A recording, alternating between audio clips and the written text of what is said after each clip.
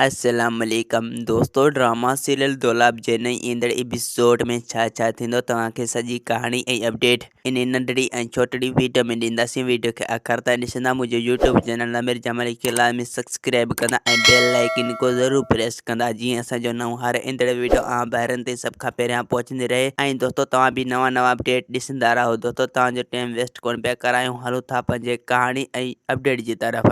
दोस्तों हाणे तव्हां ॾिसंदो त रेज़न ऐं ककर वारा परेशान हूंदा छोकिरी खे ॻोल्हण लाइ, यानी कूंज खे ॻोल्हण लाइ परेशान हूंदा। इहो सोचींदा त अॼुकल्ह कूंज कंहिं वटि पनाह वरिती। ककर चवंदो त मुंहिंजे पक सां छोकिरी कूंज वञी रेस मंसूर वटि पनाह वरितो। रेज़न चवंदो त रेस मंसूर वटि छोकिरी न आहे, अगरि हुन वटि हुजे त हू कोर्ट में ज़रूरु छोकिरी खे चाढ़े हा। ऐं ॿिए पासे रेस मंसूर घणो खां घणो परेशान हूंदो त छोकिरी कूंज आख़िर केॾांहुं वई, या उन्हनि खे लिकाए छॾियो या उन्हनि खे मारे छॾियो। इन करे हू हाणे मूंसां चाल खेॾण पिया चाहिनि, पर मां उन्हनि खे चाल खेॾण कॾहिं बि नाकाम थियण न ॾींदुसि ऐं मां उन्हनि जे हर चाल खां वाक़ुफ़ आहियां। ऐं ॿिए पासे रेस शाहनवाज़ रेज़न खे चवंदो त रेस मंसूर कूड़ ॻाल्हाए रहियो आहे ऐं छोकिरी तव्हांजी उन ई वटि आहे। हाणे चाहे तव्हां उनखे बख़्शियो, चाहे तव्हां उनखे मारियो, या चाहे उन सां फ़ैसिलो करायो, हू कुर्ब सां तव्हांखे कॾहिं बि फ़ैसिलो न ॾींदो। हाणे तव्हांखे ज़बरदस्ती करणी पवंदी। दोस्तों अहिड़े हिसाब सां पोइ रेज़न जा होश खता थी वेंदा।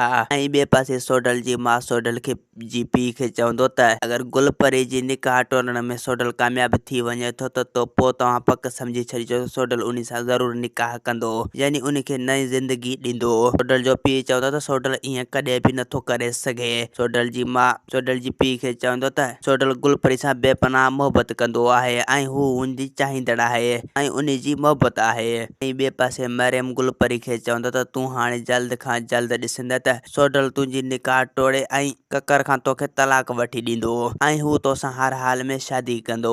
गुलपरी चवंदो त हाणे ही मुंहिंजी शादी कहिड़े कम जी, मुंहिंजी ज़िंदगी आज़ाब थी चुकी गुज़री आहे। मुंहिंजो त निकाह हाणे थी चुको, मां हाणे ॿियो निकाह कीअं कयां। मुंहिंजो दिलि जो पसंदि सिर्फ़ु सोडल हो, उहो बि मूंखे धोखो ॾेई वियो। ऐं ॿिए पासे हाणे तव्हां ॾिसंदो त मुराद रेस मंसूर सां मिलंदो, रेस मंसूर खां पुछंदो ऐं रेस मंसूर जी खे सॼी हक़ीक़त ॿुधाए छॾींदो। मुराद रेस मंसूर खे चवंदो त मां तोखे हाणे अकेलो नथो छॾे सघां, छो जो दुश्मन हाणे तुंहिंजे पोयां आहिनि, केॾी महिल बि तोखे नुक़सानु पहुचाए सघनि था। मंसूर चवंदो त मूंखे हाणे हू कोई बि नुक़सानु न पहुचाईंदा। मुराद चवंदो पोइ बि असांखे लिहाज़ करणो ई पवंदो, उन्हनि जे मथां का बि भरोसो न आहे। ऐं ॿिए पासे ढारा ऐं मिठल छोकिरी जी जांच कंदा, पर छोकिरी कूंज हिननि खे न मिलंदो। ऐं पोइ इहा ॻाल्हि वञी रेज़न ऐं ककर सां कंदा, उन्हनि खे चवंदा त छोकिरी कूंज ॻोठ में न आहे, न ई वरी उनजो को ॾस पतो आहे। ककर चवंदो त छोकिरी कूंज खे इन रेस मंसूर लिकायो आहे। रेज़न चवंदो त अगरि छोकिरी कूंज रेस मंसूर वटि हुजे त हू असांखे ज़रूरु ॿुधाए हा, हू कूड़ कॾहिं बि नथो ॻाल्हाए सघे, छो जो हू सचो माण्हू आहे।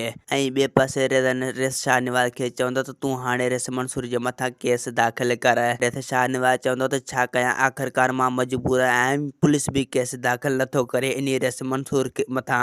रेज़न चवंदो त उन एतिरो त वॾो माण्हू आहे जो उन जे मथां पुलिस केस दाख़िल नथो करे, असां उनखे छा करे सघंदासीं। उनजे करे असांजो भलो इन में त असां माठ करे वेही रहूं। रेस शाहनवाज़ चवंदो त असां कॾहिं बि माठ न कंदासीं, असां पंहिंजी बदिलो ज़रूरु वठंदासीं इन रेस मंसूर खां। ऐं ॿिए पासे मुराद सोडल खे चवंदो त रेस मंसूर हींअर ॾुखे वक़्त में आहे, असांजो बि इहो फर्ज़ु आहे त असां रेस मंसूर जो साथ ॾियूं ऐं हू हक़ सच जो फ़ैसिलो कंदो आहे ऐं हू सचो ऐं रहमदिल इंसान आहे। सोडल चवंदो त सोट तव्हांजी मर्ज़ी, तव्हांखे जीअं वञिणो आहे ईअं करे सघो था, छो जो तव्हां वॾा आहियो।